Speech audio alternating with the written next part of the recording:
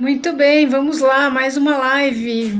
Projeto Canal da Isa, onde eu vou trazer assuntos relevantes da alimentação, dicas de como ter uma alimentação vegetariana, enfim, falar sobre vários temas dentro da nutrição. E, bom, para quem não me conhece, quem for assistir o vídeo e não me conhece, o meu nome é Isa Schnell, sou nutricionista funcional com especialidade em fitoterapia e atendimento de pessoas vegetarianas, e esse é um tema bem recorrente nas minhas lives, né, falar sobre alimentação saudável, vegetariana, à base de plantas, e são esses os temas que a gente vai conversar ao longo dessas lives. E o tema de hoje é na verdade, uma afirmação que eu ouço muito no consultório. Eu ouço muito das pessoas assim relatarem que, na verdade, eu não tenho problema nenhum, eu como de tudo, mas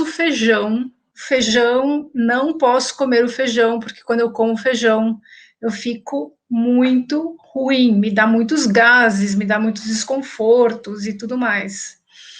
E aí é bem complicado, né? Principalmente quando eu estou falando com alguém que é vegetariano, né, não está comendo nenhuma proteína animal, porque o feijão é a base da alimentação vegetariana, né, como fonte proteica, principal fonte proteica. Fica complicado, né, a pessoa se tornou vegetariana e não consegue digerir o feijão. O que está acontecendo, na verdade? Acho que a gente tem que, antes de acusar, né, falar, o feijão não me faz bem, ou o feijão é um vilão para mim, enfim, a gente talvez tenha que analisar todo o contexto disso, né, o que está envolvido, para poder entender o que está acontecendo. Independente do alimento que você está comendo, se é o feijão ou não, produzir muitos gases, né, produzir muitos gases fétidos, sentir dores intestinais, ter aquela sensação de digestão pesada, dificuldade de digerir, né, que dá até aquela náusea, uma sensação de náusea, isso não é normal, né? Então a gente tem que entender que são alguns sintomas que o nosso corpo vai dando de que alguma coisa não está equilibrada, né? E aí a nossa primeira ação quando a gente sente alguma coisa dessas é ir para o caminho mais fácil, que é, eu vou tomar um remédio para liberar gases, e a gente acaba não olhando para a causa, né? E tratando só o sintoma. E aí chega no consultório e fala, não posso comer feijão, né? Então, acho que é essa reflexão que eu quero fazer hoje com vocês, trazer esse ponto, né?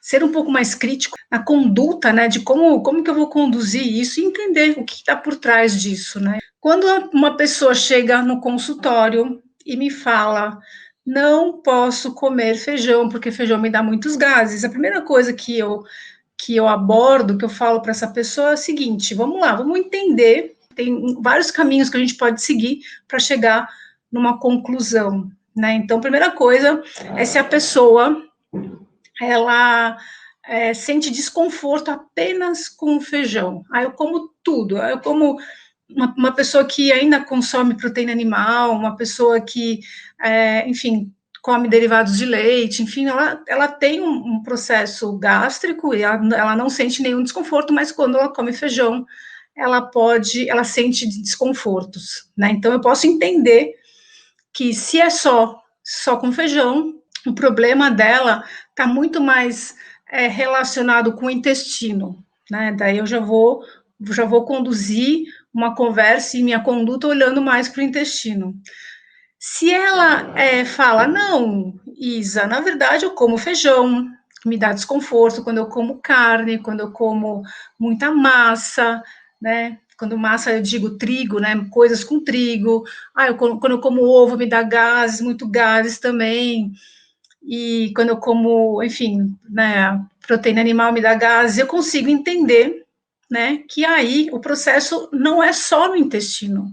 Aí eu posso concluir que talvez um passo antes, né, a parte gástrica ali já está um pouquinho mais comprometida, porque o processo já chega mais, né, já tem um processo já mais aumentado no intestino, porque tem mais alimentos ali, e é muito importante, interessante, quando vocês observarem isso, se o tipo de alimento que te traz esse desconforto é alimento proteico, a base de proteína. Então, todos esses que eu falei para você, desde o trigo, né, que tem o glúten, a proteína animal, né, o leite, proteína do leite, proteína do ovo, ou até a proteína da leguminosa, do feijão.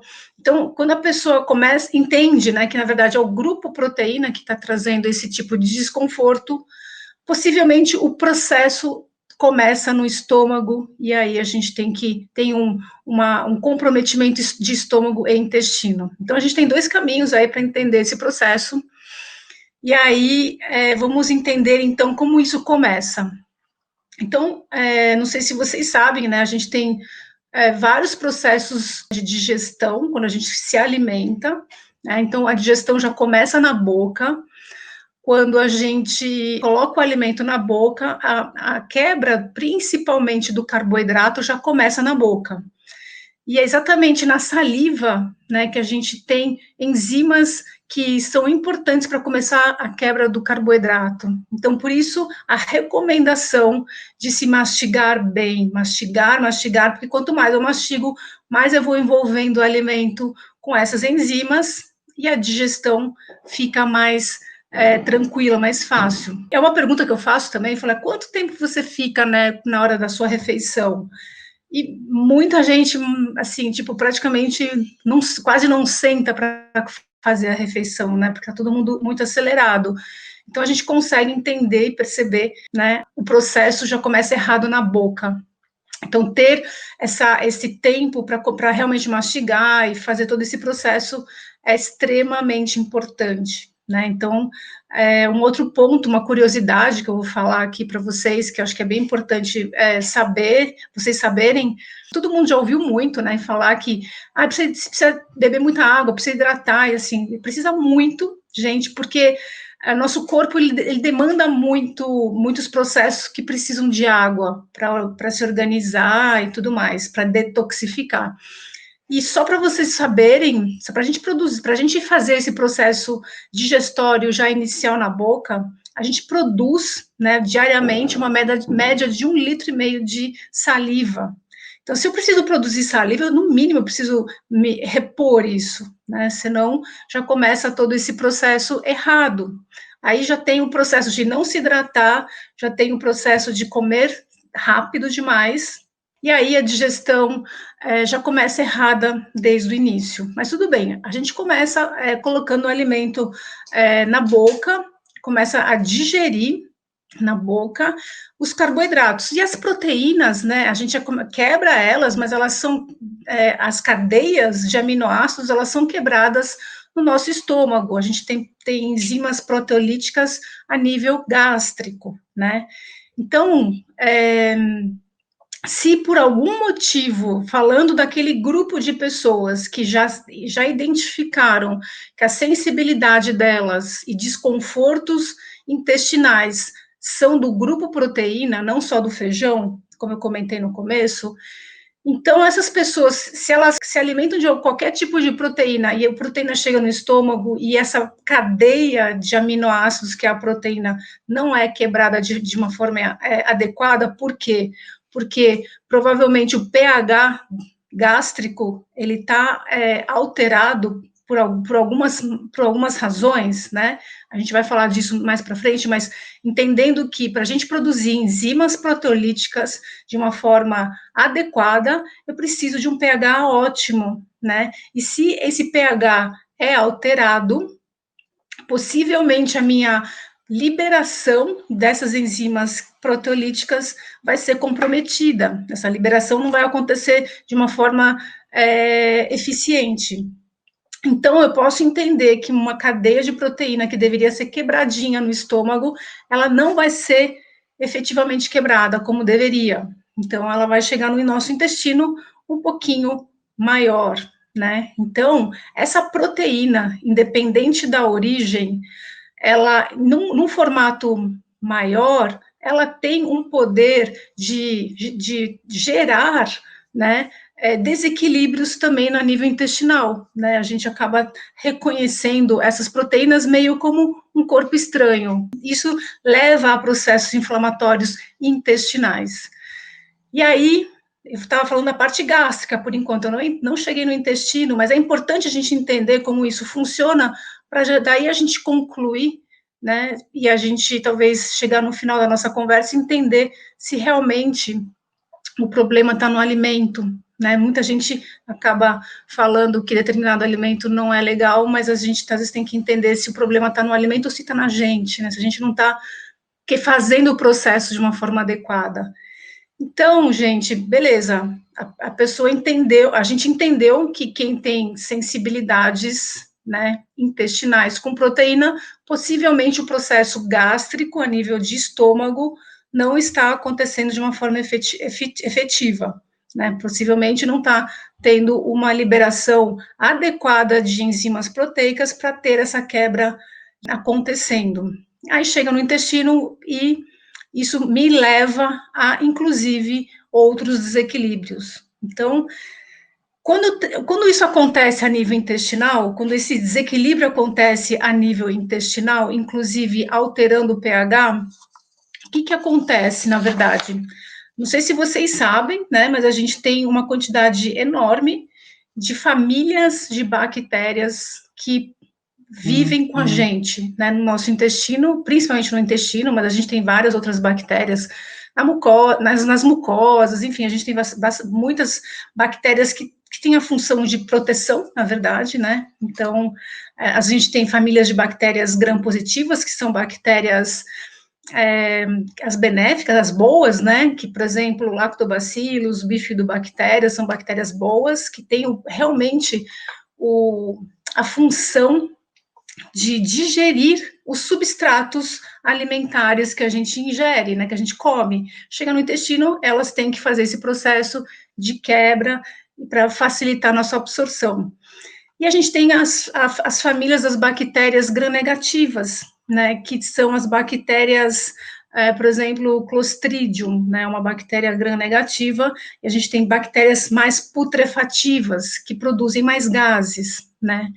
E aí, gente, quando a gente já começou um processo errado desde a boca, chegou no estômago, o estômago está desequilibrado, a gente já vai entender por que o estômago pode estar desequilibrado, aí o alimento chega maior no nosso intestino e as nossas bactérias não estão equilibradas, porque a gente precisa ter muito mais bactérias boas do que bactérias gram-negativas, não que elas sejam más, mas elas têm que conviver em equilíbrio, tem que ter uma simbiose, elas têm que viver bem juntas, né? A gente sempre vai ter essas bactérias. Então, quando uma aumenta, quando as gram-negativas, as mais putrefativas estão aumentadas, é um sinal de desbiose intestinal, de desequilíbrio intestinal. E a gente tem que entender por que está desequilibrado o intestino, né? E por que a gente está produzindo mais gases? Porque tem mais bactérias gram-negativas do que as positivas. Então, a gente tem que entender o que leva a esse desequilíbrio. Então, além do alimento já chegar mal digerido, isso pode ter levado, inclusive, ao desequilíbrio das bactérias intestinais, a gente acaba entendendo que eu preciso tomar alguma coisa para liberar os gases, mas a gente não trata a causa, né? E é exatamente onde eu quero chegar com vocês no final desse nosso bate-papo. Muito bem, então a gente entendeu que a gente tem esses conjuntos de bactérias que precisam conviver em equilíbrio, né? E o que acontece quando a gente está em desequilíbrio, né? A gente tem, assim como todos nós sentimos, quando a gente está desequilibrado, a gente tem um aumento de endotoxinas, a gente produz mais endotoxinas e isso leva a, inclusive, sobrecargas hepáticas, né? Que é o nosso maior órgão de detoxificação, e a gente tem que realmente facilitar que tudo isso aconteça. Então, é uma coisa que está muito ligada à outra. Não tem como a gente falar especificamente de alguma coisa ou isolar alguma coisa, porque uma coisa está ligada à outra, né? Então, vamos entender agora o princípio. Por que a proteína chegou no meu estômago e eu não consegui digerir isso? Né? Eu vou falar isso para vocês porque isso é muito comum e tem muita gente hoje vivendo à base de medicamento para equilibrar o pH do estômago, porque está muito ácido, né? Então tem que diminuir a acidez do estômago à base de medicamento, E aí, gente, quando a gente usa isso, na verdade, a gente não está tratando a causa, a gente está tratando um sintoma, porque excesso de ácido no estômago, ele gera acidez aumentada, gastrite, enfim, né, tem todos esses desequilíbrios, refluxo e tudo mais. E aumento de acidez altera o pH. Então, a solução não está em tomar omeprazol, né, que bloqueia a bomba de produção de prótons, né? Então, a gente não é a solução essa, mas tem muita gente realmente vivendo à base disso, e aí a consequência disso é a má digestão, né? Acaba digerindo mal, principalmente as proteínas. Então, a utilização de medicamento é uma grande causa, né, dessa má digestão acontecendo. Um segundo ponto que eu vejo é pelo estilo de vida, né? Então, o aumento de estresse, né? Tá todo mundo muito estressado hoje, então isso realmente aumenta a liberação, né, de ácidos, então a gente realmente pode ter isso alterado. Claro que eu não estou falando que remédio não serve para nada, não é isso, mas eu estou falando que isso já virou um padrão, né? Tem muitas pessoas que é muito mais fácil ir na farmácia tomar um omeprazol do que alterar todo esse processo que a gente vai concluir até o final. Então, realmente, todo o contexto, né, de como as pessoas estão vivendo, né, então, se alimentando, então, tudo isso tem gerado esses desequilíbrios gástricos, principalmente, e a consequência é gerar desequilíbrios intestinais. Um outro ponto, né, que eu queria comentar com vocês é que mesmo quando a pessoa está tomando esses tipos de medicamentos, ela continua insistindo em se alimentar de proteínas de origem animal. Ontem eu comentei aqui, eu mostrei para vocês, né, que as proteínas, principalmente as de origem animal, elas têm um poder acidificante no nosso corpo, porque tem uma quantidade maior de fósforo, e o fósforo acidifica, e a gente tem todo esse efeito aumentado, potencializado, quando a gente continua comendo proteínas de origem animal. Então, se eu estou com uma acidez aumentada no meu estômago, eu resolvo tomar um bloqueador para diminuir essa produção, eu continuo tendo isso no meu corpo, né? Porque eu não consigo metabolizar isso, porque fica bloqueado. Então, toda essa acidez, né, começa a gerar vários tipos de alteração a nível sistêmico. Então, gente, será que a solução, né, para a gente como que eu vou falar, para o tema da nossa live de hoje, será que a solução é parar de comer feijão, né? Então, claro que não, né? Eu acho que exatamente esse é o ponto que eu quis trazer para vocês entenderem que a solução não está em parar de comer o feijão, a solução está em mudar um padrão alimentar, mudar atitudes alimentares, né? Para você voltar a ter equilíbrio. A gente nasceu equilibrados, a gente nasceu digerindo, a gente nasceu tendo todos esses processos equilibrados, e a gente foi se desequilibrando. Então, a solução é repensar um monte de coisa, né, um monte de atitudes. Então, vamos lá, e o que leva... Então, além, a gente voltando para o intestino agora, a gente entendeu agora que o excesso de proteína animal, né, potencializa, inclusive, o fato de ter uma má digestão, né, e continuar comendo proteína animal, me favorece esse desequilíbrio intestinal, certo? E o que leva esses desequilíbrios das bactérias intestinais que eu estava comentando com vocês, as bactérias gram-positivas e gram-negativas, né, que elas vivem muito bem em equilíbrio, né? O que leva elas a se desequilibrarem, né? Possivelmente, né, olhando para o padrão alimentar da maioria das pessoas, onde existe uma deficiência, né, bem importante de substratos que alimentam essas bactérias. E quais são o que seria isso? Seria basicamente uma alimentação mais baseada em plantas, que me fornece substratos importantes para que as bactérias fiquem felizes e fiquem em equilíbrio, né? Tem um outro ponto também que eu vejo muito isso, é o uso recorrente de antibióticos, né? Hoje tudo se trata com antibiótico, né, de uma forma muito fácil, E tem muita gente realmente tomando, qualquer coisinha, um antibiótico, né, todo mês tomando antibiótico, e por um longo tempo, e isso tem levado, sim, a esses desequilíbrios de microbiota intestinal.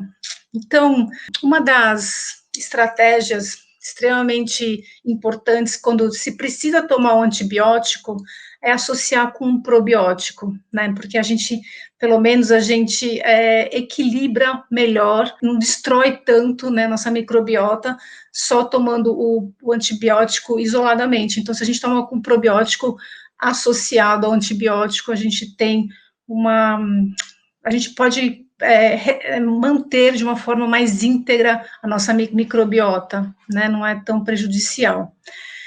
Mas muito bem, vamos lá. Então, gente, falando de tudo isso que eu comentei com vocês, a gente está falando de desequilíbrio gástrico, de estômago, e a gente está falando de desequilíbrio intestinal, intestino. Será que, se a gente repensar todo esse padrão alimentar que está super valorizado hoje, né, por todos, por muita gente, onde a prevalência e a valorização da proteína animal, será que não está causando tudo isso? Né? Porque eu vejo muito as pessoas, elas priorizam uma proteína animal na refeição, ao invés de ter qualquer outro grupo alimentar, né?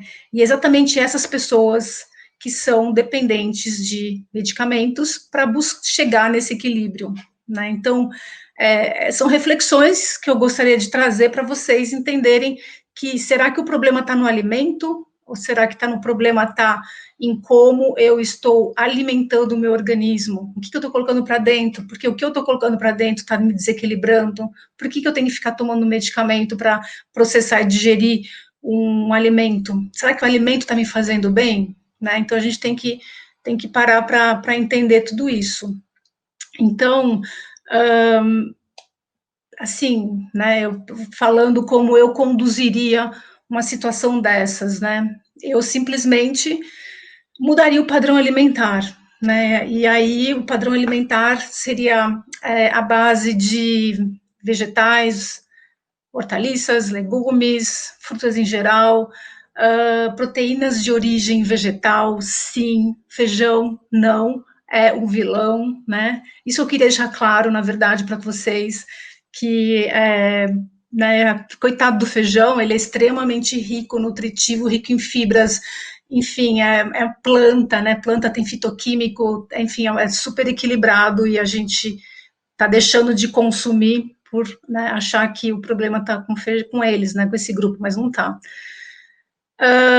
Incluir cereais integrais, porque eu preciso de fibras para as minhas bactérias ficarem felizes, então eu preciso olhar para isso também, né, e quando a gente muda esse padrão alimentar para um padrão mais baseado em plantas, tudo isso fica muito bem equilibrado, fica redondinho, né. Olhar para o intestino, né, é extremamente importante, e a gente vai falar o quê? Como que eu vou olhar para o meu intestino? É olhar para o cocô, né? A gente tem que olhar como que está o meu cocô para eu saber se meu intestino está funcionando de forma adequada, né? Se eu estou comendo, o que eu estou comendo está sendo absorvido, se eu estou digerindo direito, se eu estou, né? Porque os extremos não são saudáveis, né? Não ter uma frequência regular, sei lá, uma vez ou duas vezes por dia, né, ir ao banheiro, e a cada 3 dias, por exemplo, né, não é o normal, e também não é o normal ir 5 vezes por dia, né, numa consistência extremamente amolecida, né, então a gente tem que ter alguns padrões mais no meio, né, que são melhores, e aí, quando eu olho para isso é extremamente importante, né, por mais constrangedor que seja falar de cocô, é extremamente importante, porque me mostra a saúde do meu intestino. Outro ponto importante, né, de observar no cocô é o odor, né, muito fétido, é um sinal de que existe um desequilíbrio de microbiota. Se o cocô afunda ou se ele boia, né, isso é extremamente importante também, porque me mostra, se ele afunda, se ele tem uma coloração amarronzada, é o ideal, né? Cocô esverdeado, amarelado, pode me indicar algum outro desequilíbrio aí também. Então, é uma forma de eu saber como que está a minha saúde, né? Observar os sintomas, os sinais que o corpo vai dando. E para isso a gente tem que alimentar tudo isso, né? Colocar coisas legais para dentro para que tudo isso fique equilibrado, né? E aí, então, como eu comentei com vocês, claro que a gente tem técnicas dietéticas que podem ajudar todo esse processo de diminuir formações de gases, e talvez há muitos de vocês que estão aqui assistindo a live achou que eu fosse focar na parte de técnica dietética, de falar que tem que ficar de molho, sim, tem que ficar de molho. Tem não só as leguminosas, gente, a gente tem substratos, substâncias antinutricionais, fitatos, oxalatos, a gente tem uns cereais também, então é legal deixar o arroz integral de molho também, para a gente tirar um pouco disso,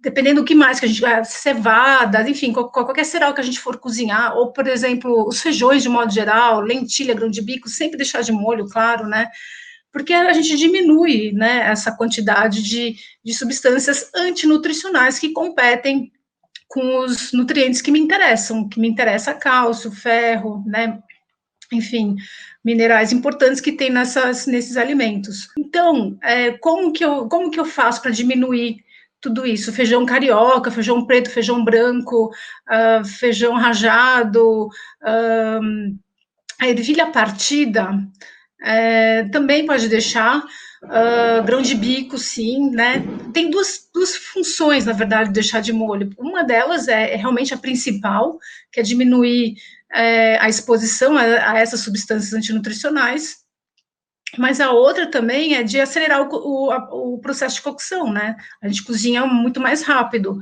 depois que ficou de molho, cozinha rapidinho, tá? Então, como eu falei, isso aqui é extremamente importante, né, para a gente melhorar a digestibilidade do feijão e dos grãos de modo geral, né, e deixar de molho, isso é importante como técnica, mas não é só isso, né, então a gente está aqui já há um tempo conversando e a solução é mudar padrão alimentar, né, tirar a proteína de origem animal e melhorar a microbiota intestinal, e enfim, porque a solução não é tomar suplementos, medicamentos, enfim, não é esse a solução, nem tirar o feijão da dieta, tá bom? Então, para você que sente, só para a gente concluir tudo isso, para você que sente gases ao comer feijão, eu fiz aqui um passo a passo prático para te ajudar a equilibrar as suas bactérias intestinais. Primeiro ponto importante para você que está sofrendo muito de gases é retire a proteína animal, pelo menos por um período, ou reduza. Se você come proteína animal 2 vezes por dia, você come uma vez por dia, né? Isso já vai ajudar muito todo esse processo. Outra dica, assim, faça 1 ou 2 dias da semana sem proteína animal, porque você sobrecarrega menos o seu sistema, principalmente se você está num processo inflamatório, está super desequilibrado. Então, você tira, dá uma reorganizada, uma restaurada, para depois voltar a comer, né? E isso não adianta fazer uma vez, nem duas, mas criar uma rotina, fazer isso sempre. Dá um tempo para o organismo nesse processo. Isso aqui é bem, bem legal, bem interessante. Dica número 2, super poderosa e muito fácil, muito simples. O gengibre, gente, ele tem um efeito antibacteriano muito poderoso. E a gente está falando de quê? A gente está falando de gases. Gases é um super crescimento bacteriano, né? Eu estou com muitas bactérias no meu intestino. Então, se eu consumo gengibre nessa fase, eu consigo dar uma equilibrada de uma forma mais natural. Então, chá de gengibre, fazer molho com gengibre, molho de salada com gengibre, gengibre no suco, gengibre na sopa, enfim, gengibre é bem legal, tem um efeito bem interessante. Além de, ele também tem um efeito gástrico, né? Ajuda, ele aumenta o nosso suco gástrico. Então, se eu tenho, antes de uma refeição, por exemplo, fazer um chá de gengibre com alecrim, uma infusão, né, uma decocção e depois uma infusão de gengibre com alecrim, eu tomo meia hora antes, para eu ir para uma refeição, para eu ter uma digestão melhor. É uma estratégia também, né? Usar plantas. Dica número 3, né? Na verdade, todas devem ser feitas em conjunto, nenhuma não deve ser isoladamente, porque talvez elas todas juntas tenham um efeito muito mais importante, né? No resultado de tudo isso. Mas a dica número 3 é incluir vegetais crus na sua alimentação. Sim, porque isso não é hábito mais incrível. As pessoas não comem mais hortaliças, legumes crus, cenoura, enfim, tomate, pepino, e tem tudo isso que, que as pessoas estão deixando de consumir, né? E é extremamente importante, porque eu consigo é, equilibrar minha microbiota intestinal, né? São fontes de fibras solúveis e insolúveis, as duas juntas são extremamente importantes para equilibrar microbiota intestinal, ajudar na formação de bolo fecal, regularizar o trânsito intestinal, né? Porque é exatamente isso que eu preciso favorecer nesse processo também. Dica número 4, né? E como eu comentei, são todas juntas, não devem ser separadas, é hidrate-se, gente. Eu comentei no começo da live, a gente produz, para a gente processar tudo que a gente come, a gente produz, em média, 1,5 litro de saliva. Então, se eu não me hidrato, eu não consigo produzir, né, e fazer, além de produzir saliva, fazer todo o resto do meu corpo, né, a gente demanda muita água, tudo isso é muita troca, para eu eliminar, né, para eu eliminar toxinas, eu elimino toxina como? Via fezes, urina, suor. Se eu não me hidrato, eu não elimino, né, então é muito importante ter um grau de hidratação ótimo. Dica número 5, tá? Eu acho que essa aqui é uma das é bem importante também, que na verdade está associada com diminuição de proteína animal e diminuição também da proteína de trigo, né? Eu acho que ela também tem um efeito inflamatório aí, né? Eu acho que diminuir, para quem come muito, né? Quem come muito pão, macarrão, enfim, preparações à base de trigo, tenta diminuir tudo isso e procurar, enfim, alternativas mais saudáveis, como a aveia, por exemplo. A gente pode fazer tudo com aveia, né? A aveia tem um tipo de fibra extremamente importante para as nossas bactérias, né? E ela ajuda a dar uma equilibrada muito legal. E aí, então, como eu comentei, a gente falou aqui, eu falei basicamente de 5 estratégias. Se você está realmente nesse momento com desconforto intestinal, né, e não tá legal, tá se sentindo mal, enfim, tá tendo esse desconforto, principalmente pós-prandial, pós-refeição, tenta organizar essas estratégias no seu dia a dia para ver se isso não melhora, tá? Isso aqui é bem, bem importante. Claro, gente, 100%, tudo isso que a gente conversou é 100% as causas e as soluções? Não, né? A gente tem situações particulares, a gente tem pessoas com outros tipos de problemas, né, relacionados com o intestino, a gente tem estratégias diferentes para cada caso, né? E eu estou falando isso de um modo mais amplo, né? Porque eu vejo que implementando algumas estratégias simples, como eu falei para vocês, a gente melhora muito o nosso metabolismo e o nosso organismo, responde muito bem. Né? E às vezes a gente não precisa ficar inventando, suplementar isso, suplementar aquilo, suplementar não sei o quê, e a base de tudo isso, dessa melhora toda, está na alimentação.